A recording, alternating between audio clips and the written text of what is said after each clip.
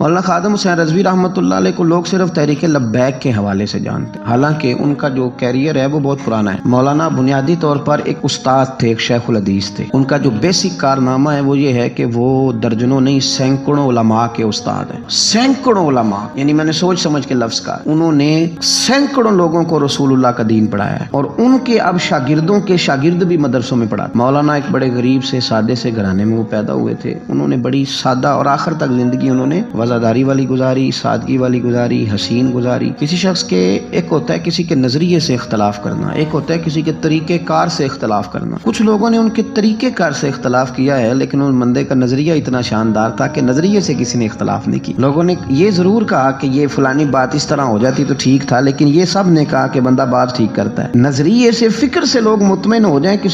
زندہ کیا رہتا ہے؟ نظریہ۔ زندہ کیا رہتا ہے؟ نظریہ۔ فکری طور پر ایک خوبصورت آدمی تھے، بڑے منجے ہوئے آدمی تھے، وزادار آدمی تھے، ایک صاف ستھرے آدمی تھے۔ میری ان سے ملاقات اس وقت ہوئی تھی پہلی دفعہ جب وہ بالکل ٹھیک تھے، ٹانگوں پہ چلتے تھے۔ ان کے جو استاد گرامی تھے حضرت مولانا عبدالحکیم صاحب شرف قادری رحمۃ اللہ علیہ، بہت جید عالم تھے۔ میں ان کو ملنے کے لیے جاتا تھا تو حضرت بھی وہاں پڑھایا کرتے تھے لاہور جامعہ نظامیہ میں، تو وہاں ان سے پہلی ملاقات ہوئی۔ پھر انہوں نے جو جماعت سب سے پہلے بنائی تھی اس کا نام تھا انجمن فدا یعنی ختم نبوت۔ اس جماعت سے انہوں نے کام کا آغاز کیا، اور بڑے اوائل میں، بڑے شروع میں انہوں نے ختم نبوت کے تعلق سے مختصر سے کام کا آغاز کیا، اور بڑی جلدی ان کا کام پھیل گیا۔ مکی پیر مکی دربار میں یہ اوقاف کی مسجد کے سرکاری خطیب تھے، لیکن حضرت ممتاز قادری صاحب رحمۃ اللہ علیہ کی شہادت پہ انہوں نے سرکاری ملازمت چھوڑ دی۔ اس کے بعد انہوں نے بڑی محنت کی، بڑی جد و جہد کی، بڑی کاوش کی، بیمار اور معذور ہونے کے باوجود بڑی کوششیں فرمائیں، اور بڑے نڈر تھے، بڑے بے باک تھے، بڑے خوبصورت تھے۔ سب سے بڑی بات یہ تھی کہ سکہ عالم دین تھے۔ جماعت میں کسی بھی سیاسی جماعت کے پاس اتنا تگڑا بندہ نہیں جس طرح کہ حضرت مولانا خادم حسین رضوی صاحب۔ میری ان سے تسلسل، جیل جانے سے پہلے میں ملا، جیل سے آئے تو پھر ملا۔ میں گرچہ ان کی جماعت میں کبھی شامل نہیں ہوا، لیکن فکری طور پر ان سے جو کہ پہلے کا ایک تعلق تھا، ابھی بھی 24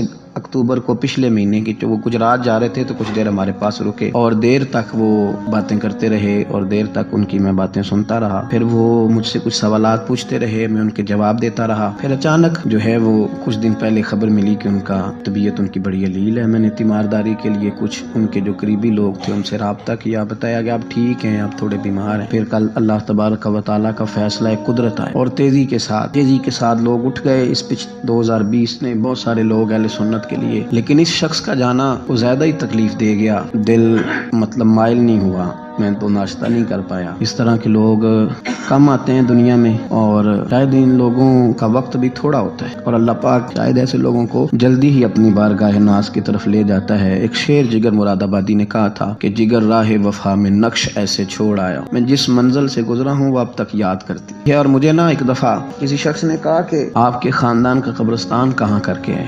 لوگ لکھنے والے جو لوگ ہوتے ہیں وہ پوچھتے رہتے ہیں کہ اس بندے نے کیا وصیت کی ہے، تحریری والے لوگ۔ تو میں نے انہیں کہا کہ قبر بھی بانی جائے گی۔ تو مجھے کہنے لگے کہ کس طرح کر کے پتہ چلے گا؟ تو میں نے کہا تے اکھاں جدوں میٹیاں تے پھر زمانہ مینوں روے، اپنا تے اپنا بیگانہ مینوں روے گا، تے جدوں نہ میں دسیا میں خارا نوں میں خانے وچ، پھر جام ٹوٹ جان گے میں خانہ مینوں روے گا۔ کئی لوک لوک رون گے تے کئی بک بک رون گے۔